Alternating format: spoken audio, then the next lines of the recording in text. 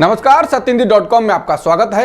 एक नजर अब तक की सुर्खियों पर। दुनिया भर में दहशत फैला चुका कोरोना का नया वेरिएंट ओमिक्रॉन भारत भी पहुंच गया है। केंद्रीय स्वास्थ्य मंत्रालय ने गुरुवार को कहा कि कर्नाटक में 2 लोग इस वेरिएंट से संक्रमित पाए गए हैं।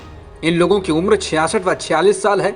ओमिक्रॉन वेरिएंट से बचने के लिए भारत सरकार की ओर से नई गाइडलाइंस भी लागू कर दी गई हैं। कोरोना वेरिएंट के खतरे वाले देशों से आने वाले सभी लोगों को क्वारंटीन किया जा रहा है और उनका कोरोना टेस्ट भी कराया जा रहा है। सरकार ने 15 दिसंबर से अंतर्राष्ट्रीय उड़ानों को शुरू करने के फैसले को भी वापस ले लिया है।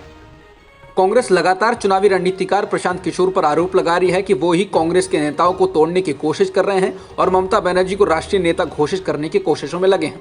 इस बीच प्रशांत किशोर ने एक बार फिर कांग्रेस पर हमला बोला है।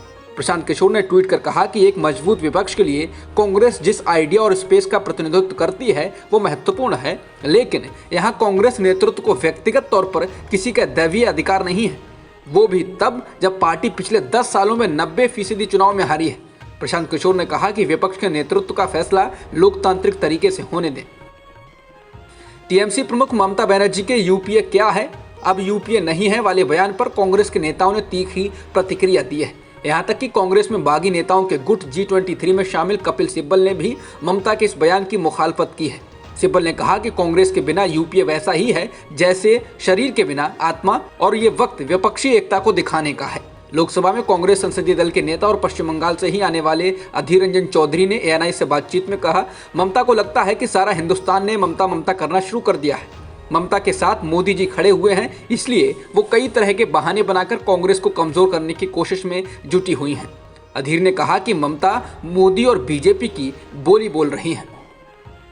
ममता बनर्जी द्वारा कांग्रेस को दरकिनार कर नए मोर्चे को बनाने की कोशिशों के बीच कांग्रेस संगठन महासचिव KC वेणुगोपाल ने कहा कि कांग्रेस के बिना बीजेपी को हराना सपना देखने जैसा है। जबकि मध्य प्रदेश के पूर्व मुख्यमंत्री दिग्विजय सिंह ने कहा कि कांग्रेस की लड़ाई बीजेपी की नफरती विचारधारा के खिलाफ है और जो लोग हमारे साथ आना चाहते हैं आए, नहीं आना चाहते हैं तो ना आए। महाराष्ट्र कांग्रेस के अध्यक्ष नाना पटोले ने कहा कि कांग्रेस के नेतृत्व में ही बीजेपी से लड़ाई लड़ी जा सकती है।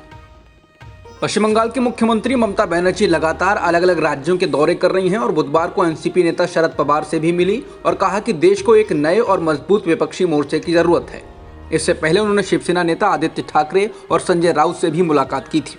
कहा गया कि उद्धव ठाकरे का स्वास्थ्य ठीक नहीं है, इसलिए वो नहीं मिल सके। इस सबके बीच खबरें चल रही हैं कि ममता बनर्जी खुद को 2024 के लिए विपक्ष का चेहरा बनाने की कोशिश में हैं।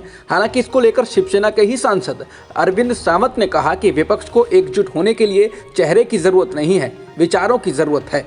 पहले विचारधारा मिलनी चाहिए, फिर कोई विपक्ष हो सकता है। शिवसेना सांसद ने कहा कि लोगों के जहन में उद्धव ठाकरे भी हैं। उद्धव ठाकरे का नाम उन 4-5 मुख्यमंत्रियों में गिना जाता है जिनको अच्छा कहा जाता है। उन्होंने कहा कि हमें भी लगता है कि उद्धव ठाकरे को देश का प्रधानमंत्री बनना चाहिए, इसमें गलत क्या है। सावंत ने कहा कि देश के विपक्ष के नेताओं से मिलना अच्छी बात है। ये अच्छा है कि किसी को लगता है कि विपक्ष में एकता होनी चाहिए। विपक्ष एकजुट नहीं है, इसलिए भाजपा इसका फायदा उठा रही है। केंद्रीय गृह मंत्री अमित शाह ने आज उत्तर प्रदेश के सहारनपुर में एक रैली के दौरान समाजवादी पार्टी के मुखिया और पूर्व मुख्यमंत्री अखिलेश यादव को जमकर निशाने पर लिया। अमित शाह ने कहा कि अखिलेश जी, आप चश्मा कहां से लाते हो जिसे लगाकर आपको यूपी में अपराध बढ़ता हुआ दिख रहा है।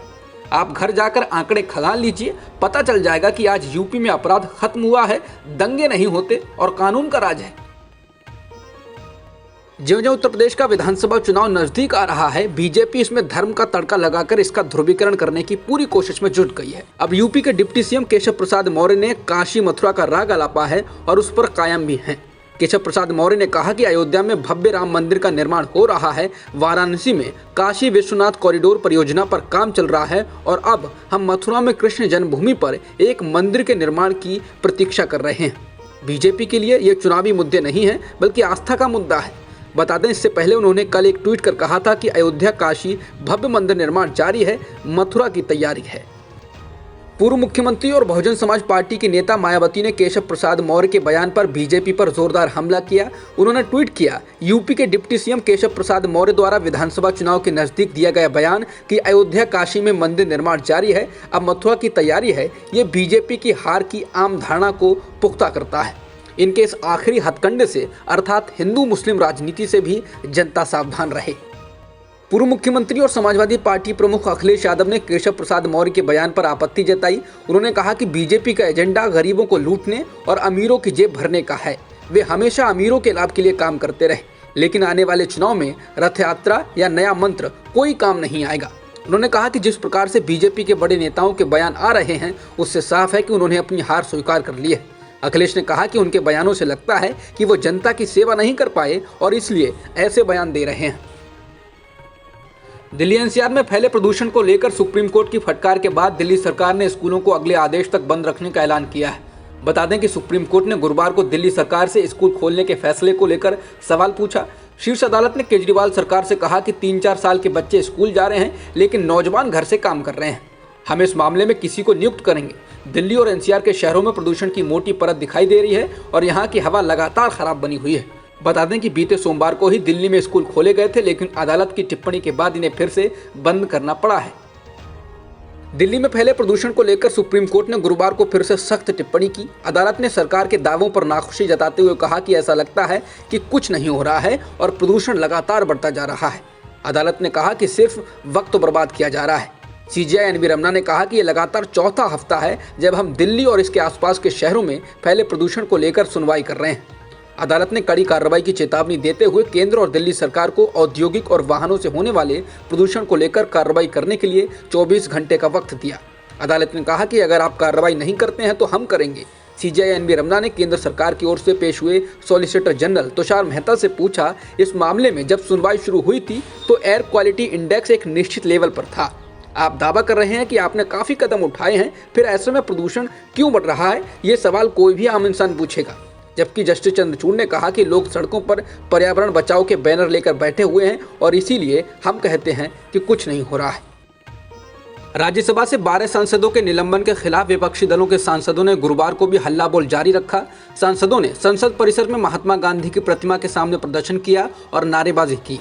इस मुद्दे को लेकर लोकसभा और राज्यसभा में भी जोरदार हंगामा जारी है। बता दें, संसद सत्र के पहले ही दिन सांसदों को निलंबित कर दिया गया था। कांग्रेस ने कहा कि वो बीजेपी के नापाक इरादों के खिलाफ प्रदर्शन करती रहेगी और आम लोगों की आवाज़ उठाती रहेगी। प्रदर्शन करने वाले दलों में कांग्रेस के अलावा एनसीपी, आम आदमी party, DMK, Samajwadi party, RJD, वाम दलों के सांसद भी शामिल हैं। अब तक की खबरों में इतना ही। बाकी खबरों के लिए बने रहिए सत्यहिंदी.com के साथ। सत्य हिंदी का ऐप डाउनलोड करें गूगल प्ले स्टोर पर।